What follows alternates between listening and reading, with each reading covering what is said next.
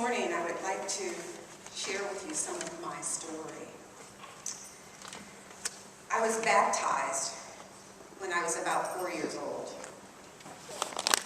One Sunday before that, when my older brother and I were playing in our front yard, my mother was sitting on the porch watching us, and my dad was doing what he usually did on Sunday morning, washing his car. A woman whom we had noticed before walked past our house, and she invited us to come to church with her. She engaged my mother in conversation, and they left it that maybe we would come with her one day. We surprised her when the next week we were ready to go when she walked past. I don't remember exactly all of what happened on that first Sunday. I was only 4. My brother was 7 and my youngest sister was not yet 1. But we surprised Miss Olson by being ready to go, as I said, when she walked past. I do remember a short time later, the day of my baptism. I remember being dressed up, and I remember that my mom had straightened my hair, and she had given me Shirley Temple curls. Some of you aren't old enough to know what Shirley Temple curls were. But for a black girl with nappy hair, it was quite an undertaking to get Shirley Temple curls, and I had bangs, and I knew I looked good. My brother and my sister were also baptized that day, and it was a very special day for all of us. I remember standing at a big marble baptismal font, just like this one, and I remember smiling up at Pastor Curtis as he dipped his hand into the water and then sprinkled it on my brother's head. And then he lifted me up, and my smile froze. He poured water on my Shirley Temple curls. I was distraught. I wanted to cry, but I didn't dare. I wanted to, though. You know, water and nappy hair just don't go well together. It had taken my mother a long time, and I had had to sleep on rollers the night before to make sure I looked good. It was a special day. I didn't cry, but I didn't like Pastor Curtis very much right then. On the way home, though, I remembered a story and a song that I had learned just that morning in Sunday school. And as we walked the 3 blocks or so to get home, I let everybody know, because I sang at the top of my lungs that Jesus loved me. That was the beginning of my understanding of God working inside me. That was the beginning of my love for God. And as I grew, I found any occasion I could to stop off at the church. The church was midway between home and school. And so every afternoon, I would stop by to visit. I couldn't get enough of it. When I look back on it, I know I must have been a nuisance to my pastor. I would go into his office and I would sit on the ottoman next to his chair, and I would say, "Why don't I ever see a burning bush?" I would ask, how in the world did Jesus feed that big crowd? I couldn't even imagine 5,000 people. And I would want to know how I could get my nickels, and I was given 2 nickels every Sunday to put in church, how I could get my nickels to be everything and know that it would be enough. More than anything, I would say, I want to have the kind of faith that Moses had. I want to have the kind of faith that Paul had. And each time my pastor would say to me, "Keep asking the questions, Laura. You might never see a burning bush, but you will see even greater things than that.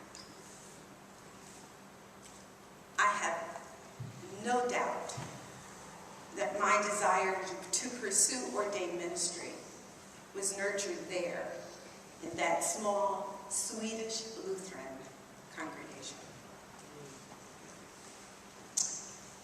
For someone who throughout all her life wished that I could have some tangible, some definable, some discernible gift like singing or dancing or painting or being creative in some other way, I recognize now that what I had was a hunger to be something or to give something to God that God would use. I loved my church. I loved what I was learning. I craved that environment that had been established in that church, and the environment that encouraged this little, skinny, black girl with nappy hair and buck teeth to be eager to find the Spirit and to come and to be nurtured and to be invited to take part in all that the church had to offer. I was hungry for all of that. And I looked for those greater things that the pastor told me I would see.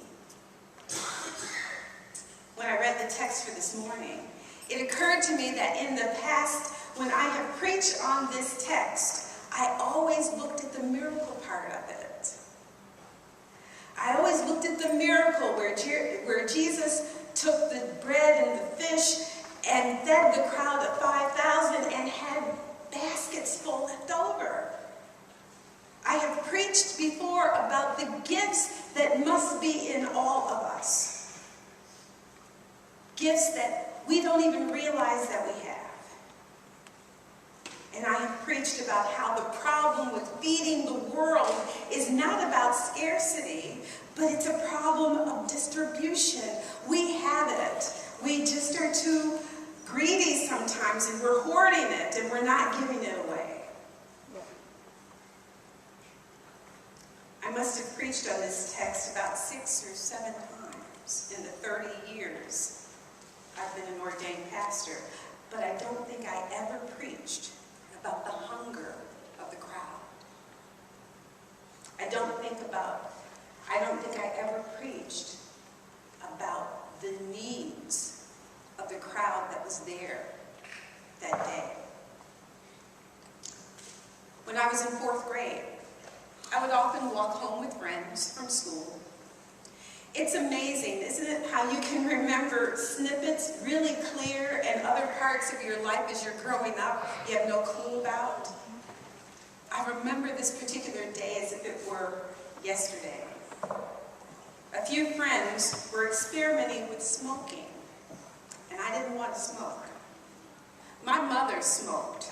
My mother smoked, and I hated the smell of the cigarette smoke on her breath and on her clothes after she had a cigarette, and I could always smell it in my hair, and it just seeped into every particle in our house, I thought.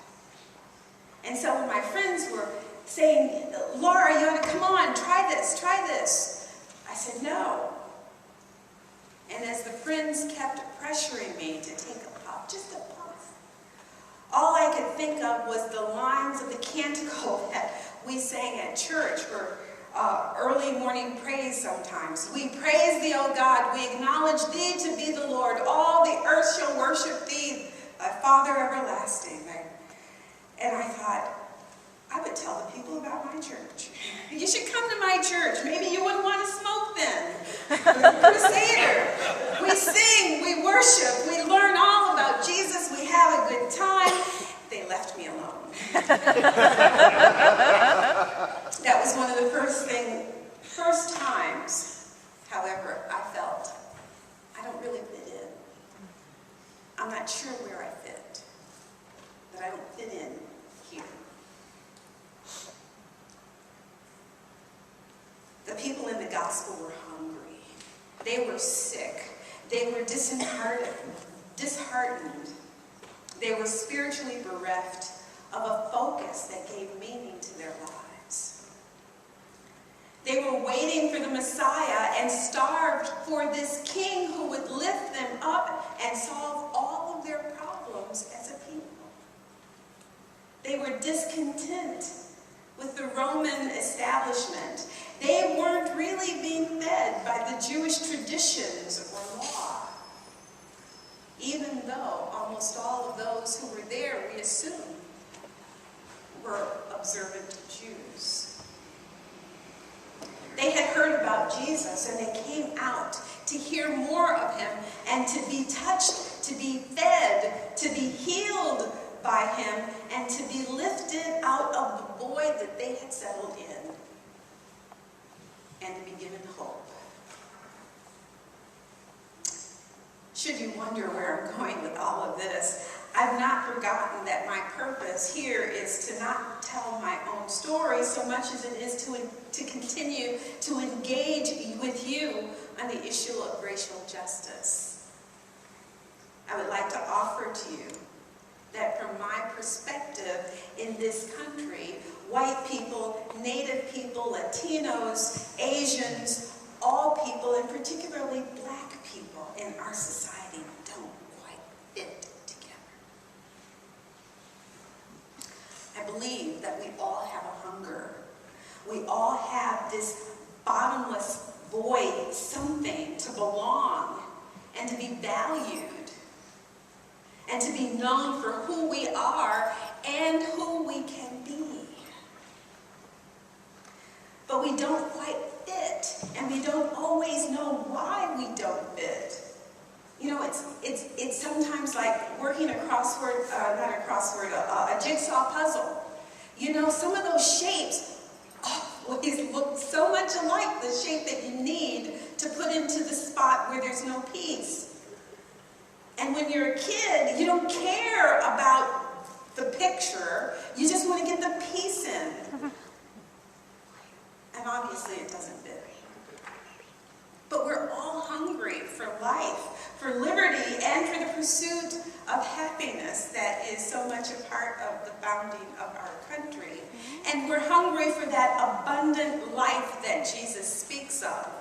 A life of knowing who you are and being free to be more and to give that life meaning. I was 11 before I understood the inequality of life and what racism was really about. When I was younger, I guess like many of us, I didn't know that we were poor. Because all of my friends, all of my classmates, you know, we all kind of did the same things together. We all were pretty much in the same level, or so I thought. Yes, I knew that Mrs. Olson, who had invited us to church, and there were other people at church who were white, but I didn't sense much of a difference between us and anybody else. When I was 11, in 1963, there was an exhibit at the big new exhibition hall near downtown Chicago on the lake. The exhibition was to commemorate the 100th anniversary of the Emancipation Proclamation, the law that abolished slavery in order to keep the United States united. I saw photographs, old movie clips. I read stories, snippets of slavery and the life of slaves. I read about the Middle Passage crossings, plantations, whippings, shackles, naked people, lynchings, cross burnings, signs that read for whites only, a retrospective of the history of our country from slavery until that present time. I had known that slavery existed, but it was suddenly an extremely vivid story. And even though my father, who was a high school history teacher, had impressed upon me and my siblings the importance of education and getting along, I realized for the very first time, I think, how much I had been sheltered and just how I had been encouraged to dream of a life for myself that was filled